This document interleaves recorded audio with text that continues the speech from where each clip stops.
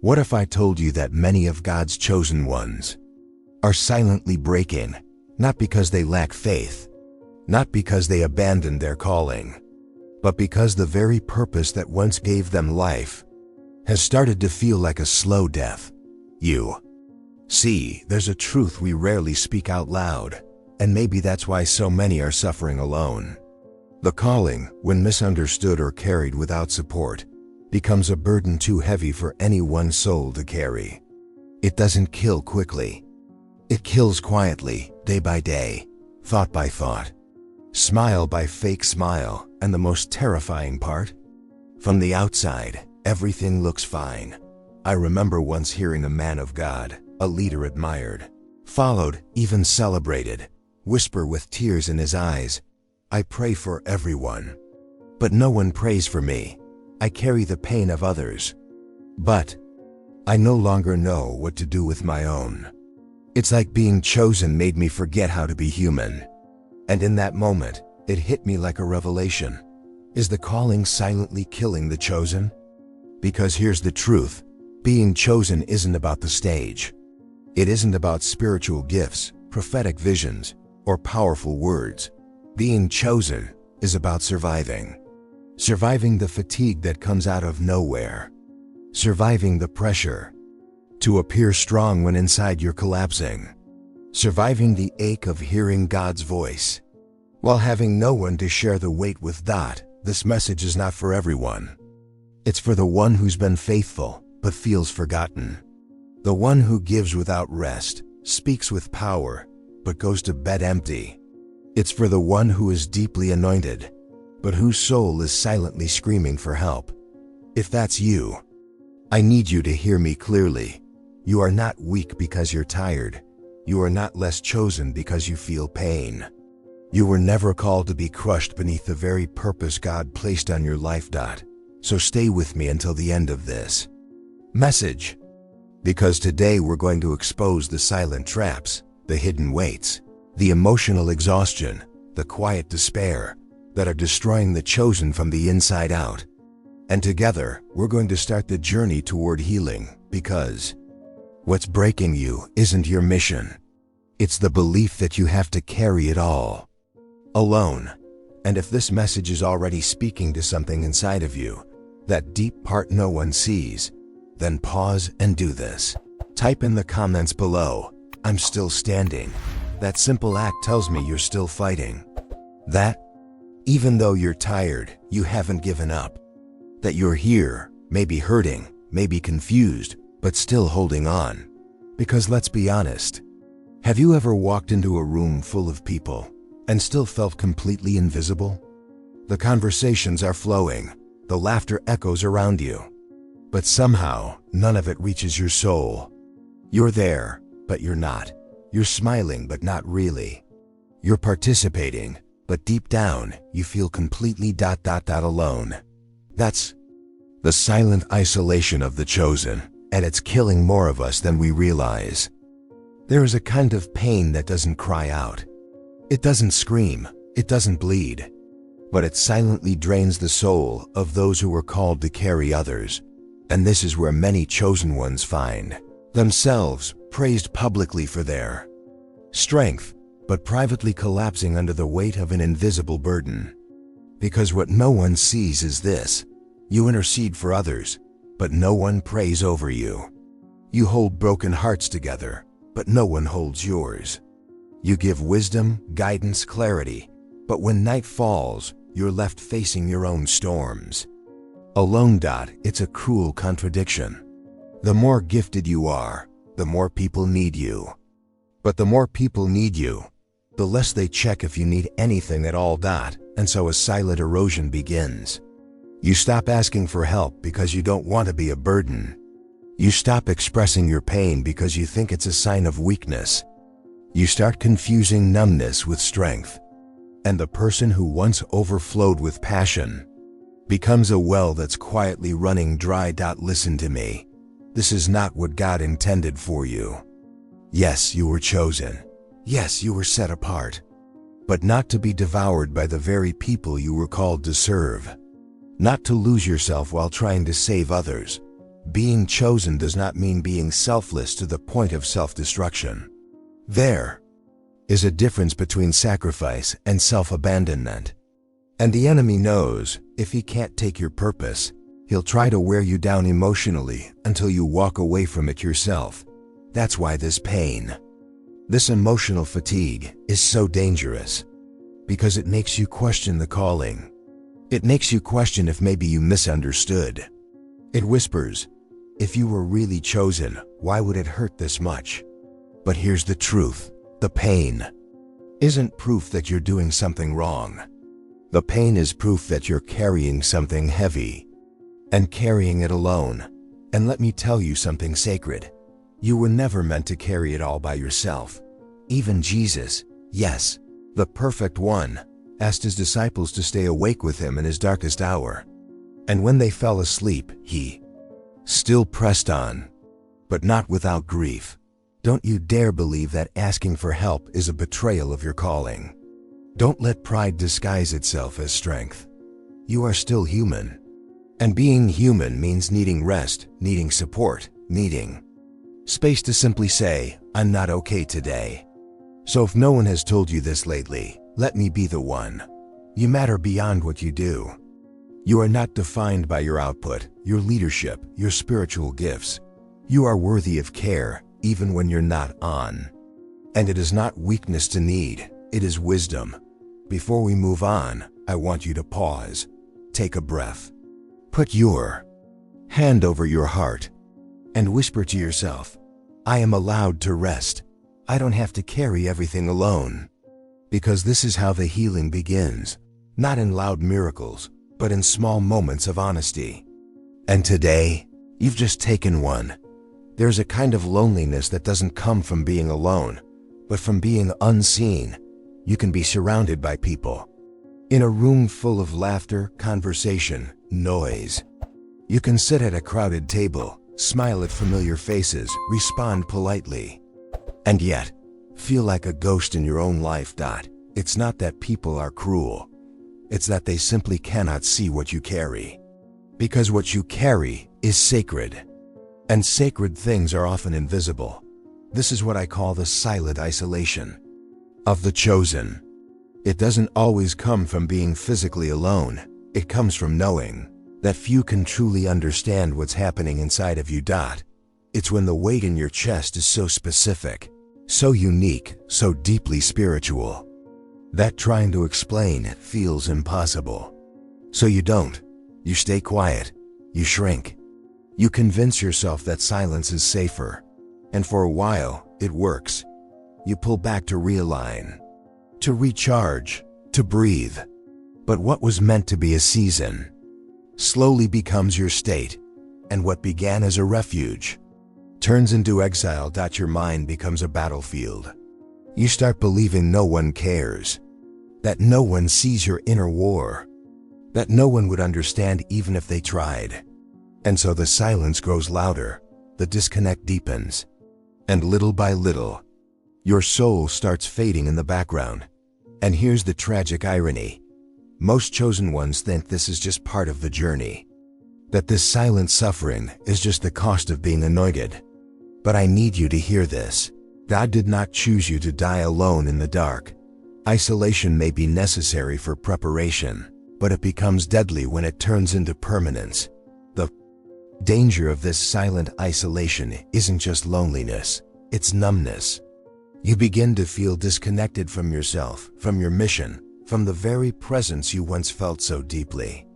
You keep going through the motions, posting, preaching, praying, but something inside feels like it's disappearing, and maybe no one notices. Because from the outside, you still look fine, but deep down, the light is dimming. Let me say this clearly. Suffering in silence is not strength. Holding it all in does not make you more spiritual. And believing you have to be okay all the time is a lie. That's breaking the chosen, one silent heart at a time. You were not created to carry divine burdens in human isolation. You may have been set apart, but you were never meant to be disconnected. If your soul has been whispering for connection, for understanding, for someone to truly see you. This is your permission. Speak. Reach out. Say something. Break the silence before it breaks you. You don't need to share everything, but you need to start with something. Even if it's just this one sentence, I'm not okay right now. Because the truth is, the more you hide your pain, the heavier it gets. But the moment you give it air, it starts to lose its power. We're not called to die in the shadows. You were called to shine. Even if that light flickers, even if it's faint, the flame is still there. And it's enough for now. It always starts small. You're moving forward, focused, faithful, doing the best you can with what God placed in your hands. But then, you open your phone, you scroll, and suddenly your heart sinks. Someone else seems to be further along. Their platform is bigger, their name is louder, their fruit looks more abundant. And even though you didn't mean to, something inside you starts to whisper, maybe I'm behind. Maybe I missed it. Maybe I'm not good enough. That's how comparison works. It doesn't scream, it sneaks. It slips in like a shadow, pretending to be harmless. But soon enough, it poisons everything it touches. And this is the silent tragedy of many chosen ones. They begin measuring their divine assignment using human metrics. How visible am I? How quickly is it happening? Why am I not being recognized? Like them? And just like that, what was once a sacred calling turns into a race, one you were never meant to run. Comparison will rob you of peace, even in seasons of divine alignment. It will steal your joy, even when you're exactly where God wants you to be. It will make you doubt your worth, even when heaven is already cheering you on. But here's what you must remember, and I mean remember, deep in your bones, you were never called to be them.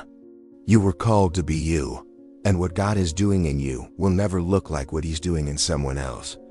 Your process is different. Your timing is different. Your weight is different. Your mission is different. That's why comparison is not just unwise, it's destructive, because it tricks you into abandoning the beauty of your own journey. You forget how far you've come. You forget how many battles you've already survived. You forget how many nights you cried, but still kept going. You forget the molding, the refining, the secret miracles no one else saw, and most dangerously, you forget who you are. You start to shrink to fit into someone else's pace. You start chasing paths that don't belong to you. You start trading depth for speed, and before you know it, the fire inside you has gone cold, not from rebellion, but from distraction. And that's the trap, because not every bright thing is divine. Some of it is just noise. Some of it is just glitter wrapped around ego. And if you're not careful, you'll start calling distractions your direction. Let me say this clearly. Your mission is not less holy because it's quiet. Your path is not less valid because it's slower. Your purpose is not less powerful because it hasn't gone viral. The chosen are often hidden, not because they're not ready, but because they're being protected, refined, tested, preserved. When the time is right, not according to your clock or their timeline, but heaven's perfect plan, it will all make sense. So if you're in a season where you feel forgotten, overlooked, behind, pause, breathe, come back to yourself. Look inward, not sideways. The speed of someone else's journey does not define the value of yours. Comparison will tell you to compete, but the kingdom tells you to complete. You weren't called to race, you were called to fulfill. And fulfillment looks different for the chosen. So today, if you've been feeling small, unseen, or discouraged by the highlight reels of others, return to your essence. Return to the quiet, steady truth of your own story. You're not late, you're not less. You're becoming. At the beginning of the journey, everything felt clear. There was peace in your steps, confidence in your voice, a sacred rhythm in the way you moved through each moment. You knew when to go, when to wait, when to speak, and when to be still. But then, something changed. Not in your calling, but in the noise around it. The doors started opening. The invitations increased. The voices multiplied, all louder, all demanding, all pulling you in different directions. And somewhere in the midst of that whirlwind, the still small voice inside you began to fade. That's when discernment becomes not just a tool, but a shield, a holy filter, a divine compass in a world that's constantly trying to pull the chosen off course. Because here's what one tells you: not every good thing is a God thing. Not every open door was meant for you to walk through. Not every opportunity is part of your mission. Not every compliment is confirmation. And for chosen ones, the greater the calling, the more seductive the distractions. Sometimes the enemy doesn't come to stop you. He comes to redirect you, to keep you busy, overcommitted, overstimulated, so full of motion that you lose all sense of meaning. That's why discernment is the difference between the chosen and the distracted. Without it, you'll start saying yes to everything that looks promising. You'll chase growth instead of depth. You'll start performing instead of listening. And soon, your spirit will begin to suffocate beneath the weight of things that were never yours to carry. You'll find yourself in meetings that drain you, partnerships that confuse you, ministries that once lit your soul on fire now feel like cages. And none of it is evil, but none of it fits anymore. It's like wearing someone else's armor, heavy, ill-fitting, exhausting. And eventually, you'll hear a whisper in your spirit: "This is not what I called you to do." Discernment will save you from that.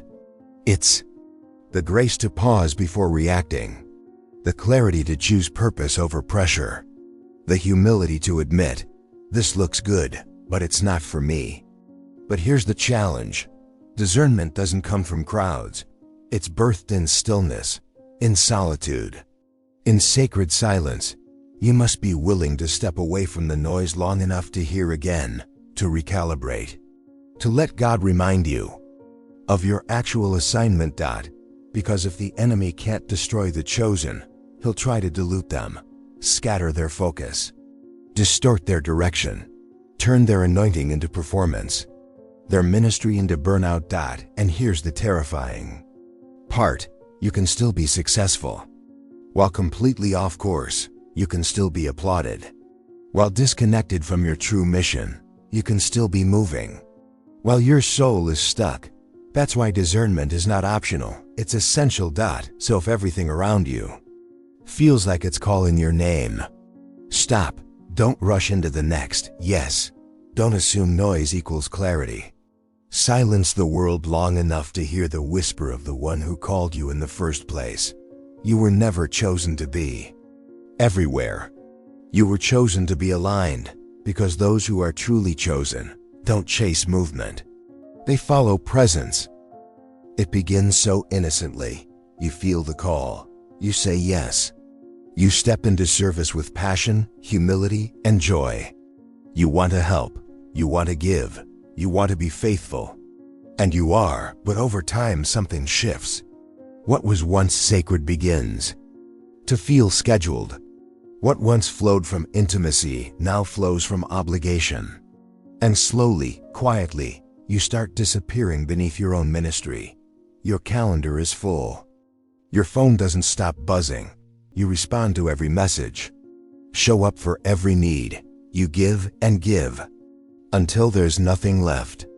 And yet, somehow, people keep asking for more, because the world, even the spiritual world, doesn't always notice when you're running on empty.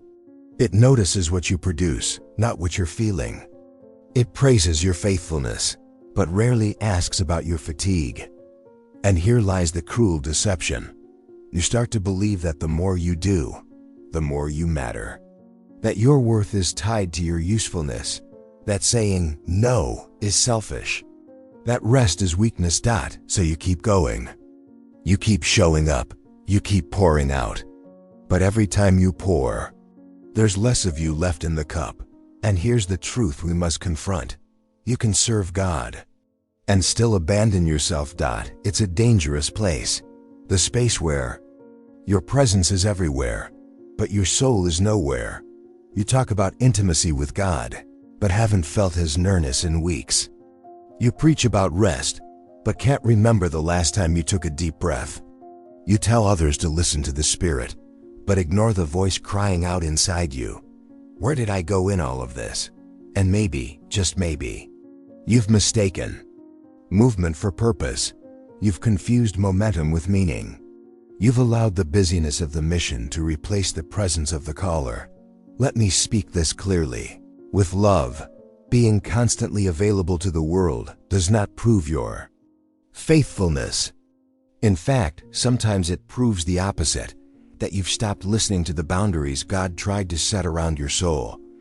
Even Jesus withdrew. Even He said no. Even He stepped away from crowds to protect His connection to the Father. Why do you think you're supposed to do more than He did? The truth is, many chosen ones burn out. Not from lack of passion, but from lack of rhythm. They forget that sacred work must come from a place of overflow, not depletion.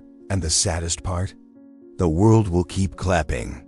They'll thank you, applaud you, celebrate your strength, while your spirit is silently withering beneath the surface, because exhaustion wears a smile.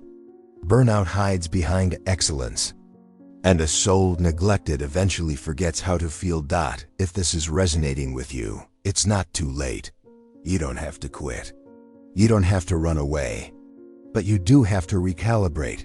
Start by asking yourself, when was the last time I checked on me? When did I last feel joy, not in serving others, but simply in being with God? Am I still moving with purpose, or just keeping up appearances? Serving is holy, but so is protecting the vessel, because a chosen one who constantly gives but never receives eventually breaks. And no mission can survive a soul that has forgotten how to rest. So pause. Say no when necessary. Unplug. Breathe. Reconnect, not as a reward, but as an act of obedience. You were never called to sacrifice your soul on the altar of productivity. You are not a machine. You are a living temple. And temples must be cared for, not just used. It doesn't enter like sin. It doesn't feel like rebellion. In fact, it often wears the mask of maturity.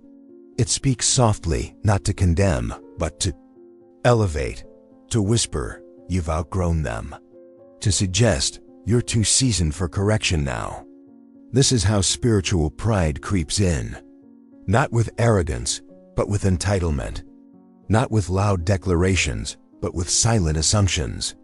And if the chosen are not careful, it becomes the very thing that disconnects them from the one who chose them. Because here's the uncomfortable truth. The gift that once made you humble can become the very thing that makes you forget. Forget who you were when it all started. Forget the trembling in your voice when you first said yes. Forget the nights you cried for clarity, the mornings you clung to grace just to keep going. Forget the God who picked you out of the crowd, not because you were ready, but because you were willing. But pride rewrites the story.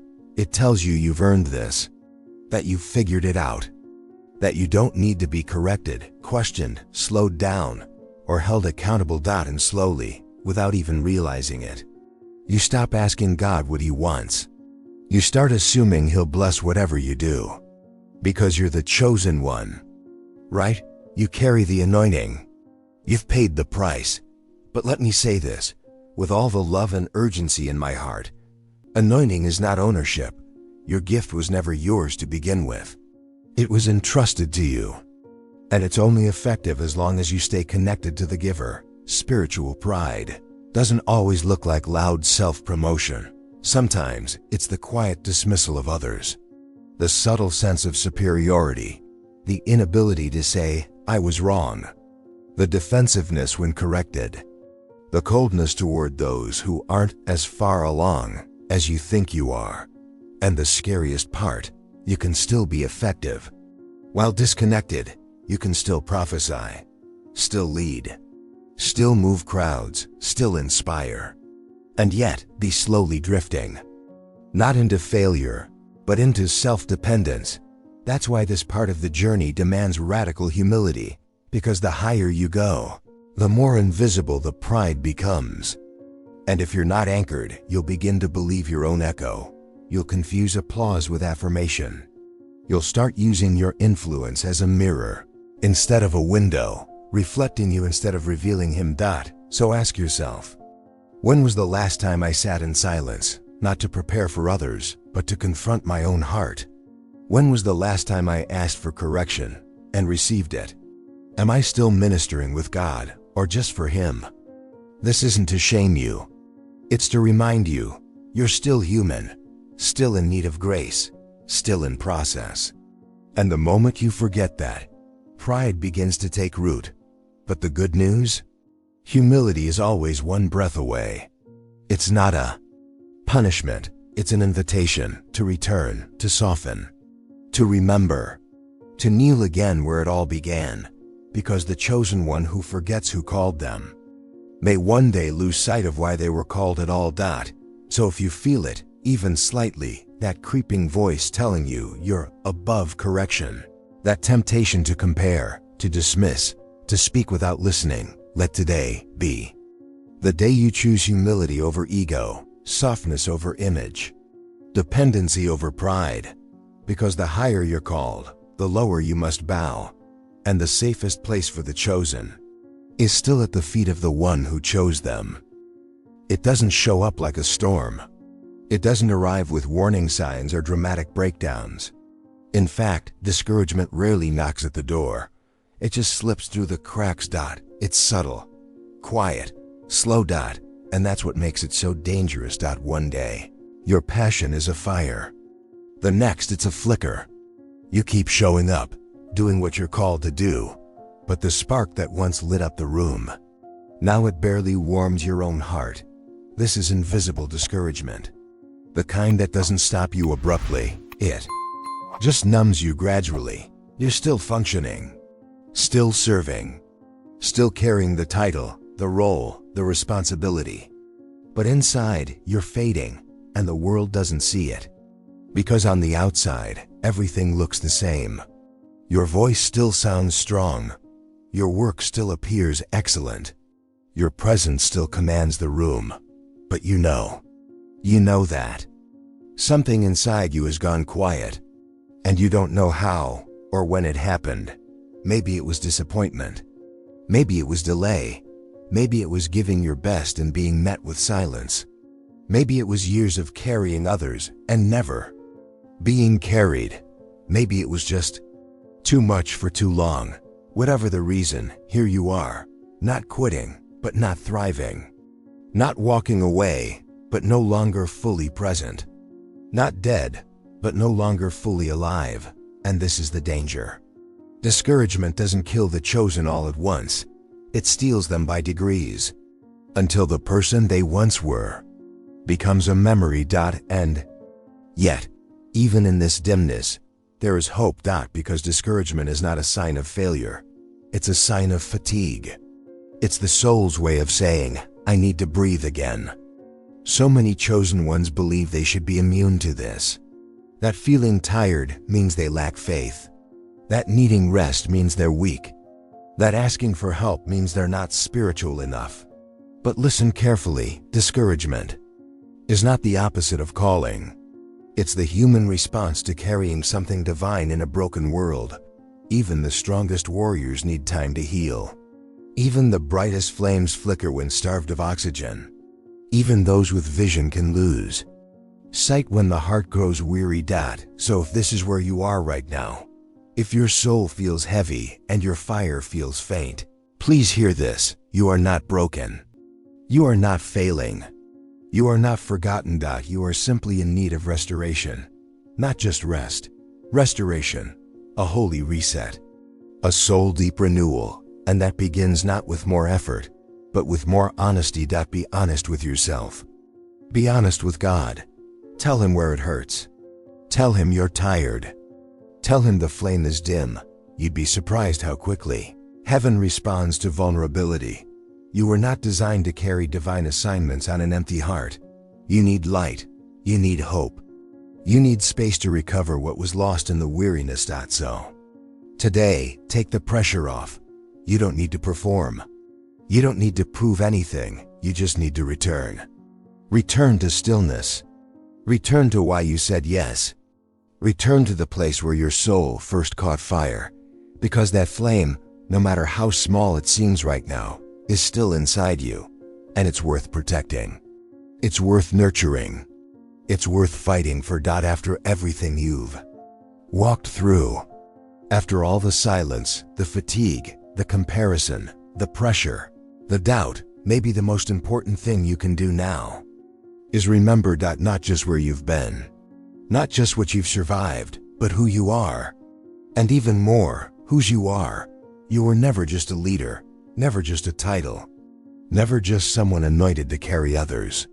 You were, and still are, a soul handpicked by God, not because you were perfect, not because you were strong, but because you were willing, and along the journey, you've picked up weights that were never meant for you. You've worn expectations that didn't fit. You've said yes to too many things, stayed quiet for too long, compared yourself too deeply, and run too far from your center. But that doesn't change your calling.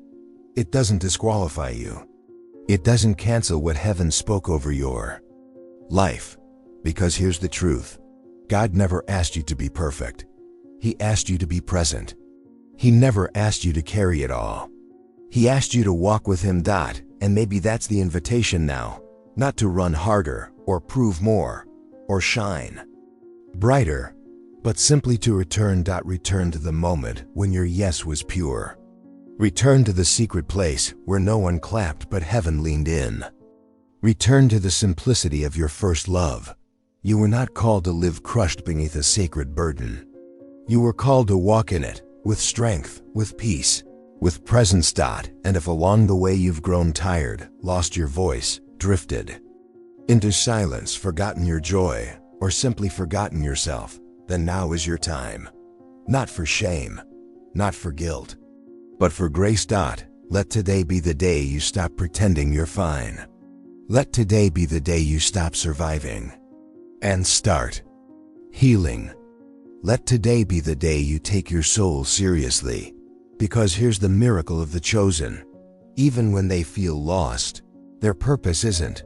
Even when they feel forgotten, heaven remembers. Even when they feel empty, their call still echoes. So, lift your head, breathe again, and come home to yourself. The mission is still alive. But more importantly, so are you. You don't need to be louder. You don't need to be faster. You don't need to be seen. You just need to be whole. Because a whole soul can carry a holy purpose. And the world needs you, not as a performer, not as a superhero, but as a human being fully awake to who you are. So if you're still here, reading this, listening to this, feeling this, type it one last time and say it from the depths of your soul. I'm still standing. And that is enough.